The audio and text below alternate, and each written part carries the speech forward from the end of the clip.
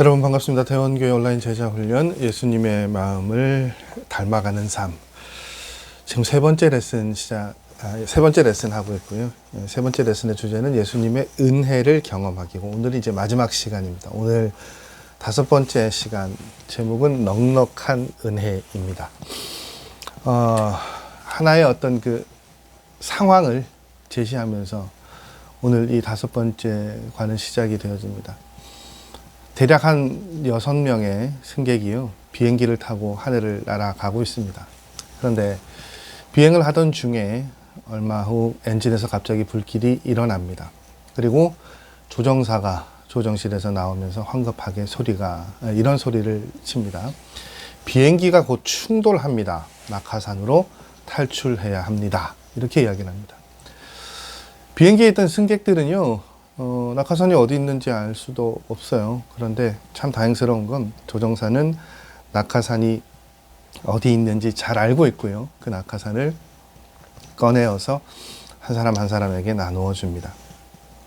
그리고 몇 가지 이제 주의할 상황을 알려주죠. 그리고 비행기의 문을 열고 차례대로 줄을 세우고 낙하산을 이제 장착을 하고요. 내리게 합니다. 그런데 줄 서 있는 승객들이 이런 질문을 합니다. 첫 번째 승객은요, 제가 부탁을 하나 해도 되겠습니까? 무슨 부탁입니까? 가능하다면 분홍색 낙하산을 주시면 안 될까요? 그렇게 이야기를 합니다. 조종사가 고개를 흔들고 안 됩니다. 낙하산을 받았으면 그걸로 됐습니다. 두 번째 사람이 이 문 앞에 서서 또 조종사에게 얘기를 합니다. 내가 떨어지는 동안 메스껍지 않을 거라고 좀 보장해 주실 수 있습니까? 조종사의 대답은 똑같죠. 낙하산으로 무사히 잘 낙하할 수 있다는 것만 보장할 수 있습니다. 또 다른 사람은 이렇게 얘기합니다. 내가 고소공포증이 있는데 두려움을 좀 없애줄 수 있습니까? 또 다른 사람은 또 이렇게 얘기합니다. 계획을 바꾸면 안 됩니까? 그냥 비행기와 함께 충돌하면 안 될까요? 그래도 우리가 살 수 있을 것 같은데요. 그렇게 계속 이야기를 합니다. 조정사가 그 사람들을 설득하고 하나하나 그 사람들에게 낙하산을 지워주면서 얘기를 합니다. 여러분은 참 지금 상황을 모르시는군요. 여러분에게 낙하산을 드렸지 않습니까? 그것 하나면 충분합니다. 비행기가 충돌하게 되었고요. 비행기에서 뛰어내리기 위해서는 다른 게 필요하지 않습니다. 뭐가 필요합니까? 낙하산이요. 그리고 조종사는 그걸 제공해 주죠. 그리고 그것들을 통해서 살아라고 이야기를 합니다. 그런데 이 많은 사람들의 반응을 보십시오. 살 수 있는 낙하산을 주었단 말이에요. 그 급박한 상황 가운데. 근데 사람들은 자꾸 거기에 무언가를 더 요구합니다. 한 가지만으로는 만족하기가 참 어려운 것 같아요. 여러분 이제 짐작이 되시죠? 이 이야기가 무엇을 이야기하는지. 저와 여러분이 이 땅을 살아가면서 우리에게 필요한 것 한 가지 뭡니까? 하나님의 은혜고요. 그것 하나만으로 충분하다고 하나님 말씀하고 계세요. 근데 지금 이 순간에도 저를 비롯한 우리 모두는 하나님께 많은 기도의 제목을 올려드리고 있죠. 물론 정당한 것들도 있습니다. 하나님 나 두려우니까 두렵지 않게 해주십시오. 이런 계획 말고 다른 계획을 좀 주시면 안 될까요? 그렇게 기도합니다. 근데 하나님은 어떻게 하십니까? 우리를 떠밀어서 공중으로 뛰어내리게 하시고요. 중요한 건 안전하게 은혜에 매달리게 하신다는 것이죠. 왜 이런 격차가 생겨나는 걸까요? 우리는 확실하게 보이는 것을 원하기 때문이에요. 계획된 대로 일이 이루어지는 것보다는요, 모든 것을 알아야 마음이 놓이죠. 문제의 결과에 대해서 확신할 수 없다면 우리는 어떻게 합니까? 그냥 그 문제가 우리 것이 아니기를 바라요. 바울처럼 우리는 그것들을 없애주기를 간구한단 말이죠. 우리가 시험을 당하는 동안 분명한 것은 하나님의 넉넉한 은혜가 우리에게 임하고 계십니다. 고린도후서 9장 8절의 말씀은 그것을 이렇게 표현합니다. 하나님이 능히 모든 은혜를 너희에게 넘치게 하시나니 이는 너희로 모든 일에 항상 모든 것이 넉넉하여 모든 착한 일을 넘치게 하게 하려 하심이라. 여러분, 우리가 간절히 원하지만 얻을 수 없는 때가 있어요. 우리가 뭐 너무 터무니없는 것을 요구하거나 까다로운 요구를 하는 것 때문이 아니라요. 그냥 그렇게 되어지지 않을 때가 있습니다. 그런데 하나님은 뭐라고 말씀하시냐면 우리에게 모든 일에, 오직 모든 일에 기도와 간구로 너희 구할 것을 감사함으로 하나님께 아뢰라 라고 이야기하고 있습니다. 우리는 기도하고 기다리죠. 그런데 아무런 응답이 없어요. 우리는 기도하고 기다리는데 하나님의 응답이 없습니다. 그럼 여러분, 이런 질문을 한번 드려볼게요. 우리가 그렇게 기도하는데요, 하나님께서 안 된다라고 말씀하시면 어떠시겠습니까? 우리가 기도하는데 하나님이 안 되라고 말씀하시고 혹은 거절하시면, 혹은 하나님께서 나는 너한테 이미 은혜를 주었다, 그것으로 족하다라고 말씀하시면 여러분 만족하실 수 있겠습니까? 어떠세요, 여러분? 만족이라는 단어를 이렇게 표현하더군요. 하나님이 이미 주신 것 외에 어떤 것도 더 주시지 않는다 해도 마음이 평안한 상태. 이게 그리스도 안에서의 만족이라는 단어의 뜻이라고 그렇게 이야기를 합니다. 아이가 아파요. 사업을 하면서 빚을 지게 되었습니다. 어려워요. 건강이 급격히 나빠집니다. 하나님, 내 아이를 고쳐주십시오. 빚지지 않게 해주세요. 내 건강을 회복시켜 주십시오. 그렇게 기도하는데 하나님께서 내 은혜가 내게 족하다 라고 응답하신다면 여러분 만족하실 수 있겠습니까? 하나님의 나라의 관점에서 보면 하나님은 우리가 가진 모든 것들이 이미 충분하다고 말씀하고 계세요. 우리를 지옥에서 구원하시는 것 외에 어떤 것도 더 베풀어 주시지 않으셔도요, 우리는 사실은 불평할 수 없죠. 하나님이 우리를 구원하시려고 병에 걸려 외딴 섬에 살도록 내버려 두신다면 여러분, 하나님은 불의하신 하나님입니까? 영원한 생명을 얻었는데요, 이 땅 가운데 내가 몸이 불편한 것에 대해서 우리가 한탄할 수 있을까요? 더군다나 여러분, 하나님께서는 우리에게 그냥 단지 구원만 베풀어 주신 게 아니잖아요.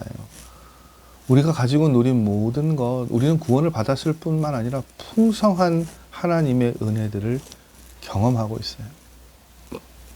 근데 그 고백들이 참 쉽지 않죠. 바울도 비슷한 유의 문제를 가지고 고민하고 씨름했던 것 같아요. 바울이요, 이 기도가 응답되지 않는 것이 얼마나 힘든 일인가를 참 잘 경험했던 것 같아요.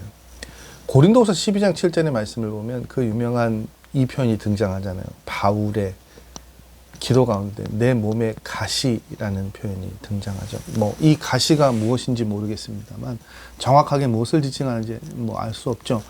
질병이고 여러 가지 이야기들이 있습니다만, 근데 중요한 건요, 바울이 그 자신의 가시, 내 몸의 가시를 가지고 하나님께 계속 기도했다는 거예요. 간청했어요.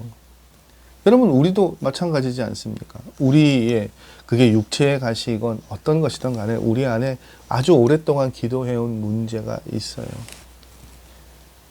그래서 우리가 하나님께 기도하게 되죠. 바울이 그런 기도 아닙니까?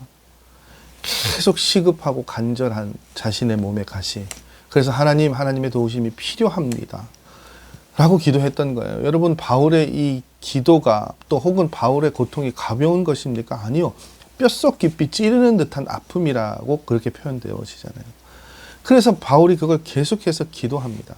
그런데 12장 7절에 내 몸에 가시라는 그 기도를 가지고요, 들으신 하나님의 응답은 고린도후서 12장 9절의 말씀이요, 내 은혜가 내게 족하다라는 대답이었어요.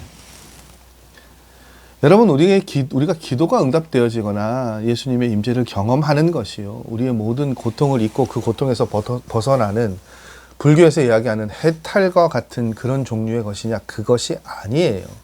여러분, 고통은요, 예수님의 충만하심, 예수님의 능력, 이 충만하심이라는 것은 예수님의 능력, 신실함, 위로, 이 모든 것들을 통칭하는데, 그것을 경험하는데 이런 표현을 합니다. 루케이도 목사님은요, 필수 불가결한 것이라고요.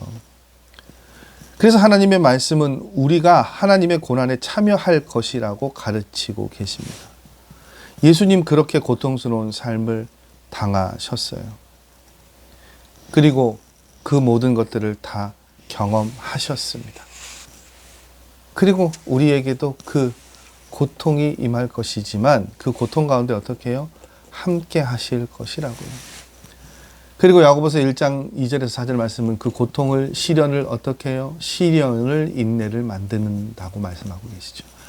그 시련을 통해서 우리가 부족함이 없는 존재가 된다고 말씀하시죠. 그래서 그 시험을 만나거든 어떻게 하라고요? 온전히 기쁘게 여기라고요. 왜 그럴까요?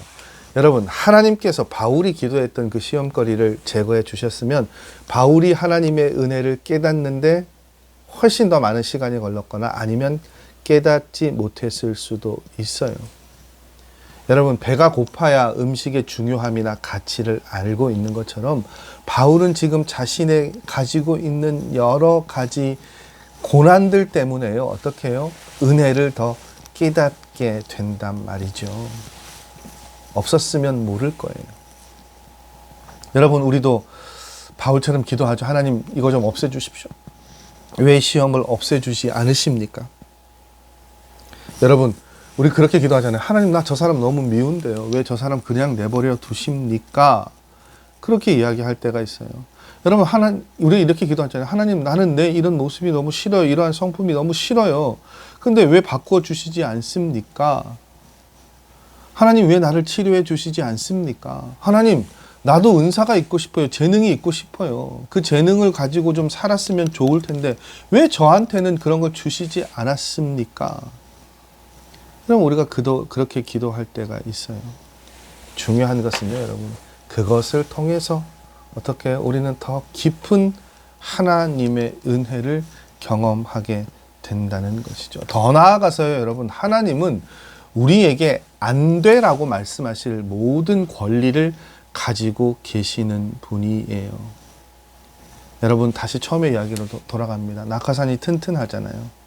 튼튼하니까 우리는 어떻게 해요? 안전하게 착륙할 수 있을 거예요. 이게 결국 무슨 이야기입니까?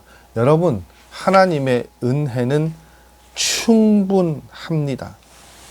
우리가 어려움을 당할 때 필요한 것은요, 교리나 신학이 아니에요. 그때 우리가 바로 알아야 될 건 무엇입니까? 예수 그리스도시잖아요. 여러분, 예수님 한 분만으로 충분하다고 하나님은 말씀하고 계십니다. 하나님이 때때로 우리에게 시련을 주시는 까닭이 그래서 무엇이라고요? 고린도후서 1장 9절의 말씀은 예수님의 은혜를 더욱 의지하게 하기 위해서라고요. 여러분, 기억하십시오. 우리를 향한 하나님의 은혜는 충분히 차고 넘칩니다. 오늘도 그 은혜 가운데 거하시고 경험하시는 우리 귀한 제자훈련의 성도님들이시기를 바랍니다. 날씨가 너무 추워졌습니다. 너무 추워서 저도 이제 점퍼 입고 놓고 하는데 여러분들 추운 날씨 가운데서도 건강 잘 관리하시고요. 이번 주일 추수감사 주일이죠. 여러분, 감사한 마음으로 예배 자리 사모하실 수 있는 시간들 되시면 좋겠습니다. 바자회 준비도 하고 있고 또 교회 이제 담장 공사도 시작하고 있고 여러 가지로 분주한 가운데 있습니다. 기억나실 때마다 교회를 위해서 기도하시고 또 교회에 되어질 일들을 위해서 함께 기도해 주시면 감사하겠습니다. 그것이 저와 여러분의 삶을 더욱더 풍성하게 채워가시는 하나님의 일하심이라고 생각되어지고요. 우리의 뜻대로 되어지지 않아도 분명한 것은 우리를 향한 넉넉한 하나님의 은혜가 있다는 것 다시 한번 기억하시고 고백하실 수 있는 시간이시기를 바랍니다. 다음 시간에는 이제 네 번째 레슨입니다. 네 번째 레슨의 주제는 예수님의 자유를 경험하기입니다. 기대하는 마음으로 다음 시간 또 이 과정들 5주 함께 시작하기를 원합니다. 오프라인 제자훈련 신학이 읽는 묵상 주일 오전 1시 30분에 새가족실에서 모입니다. 이번 주는 이제 추수감사주일 때문에 모이지를 못하고요. 11월 9일부터 정상적으로 수업이 시작될 텐데 미처 신청하지 못하셨어도요. 우리 성도님들 많이들 함께 해주시고 참여해 주시면 감사하겠습니다. 추운 날씨 가운데서도 건강하시길 바랍니다. 다음에 뵙겠습니다.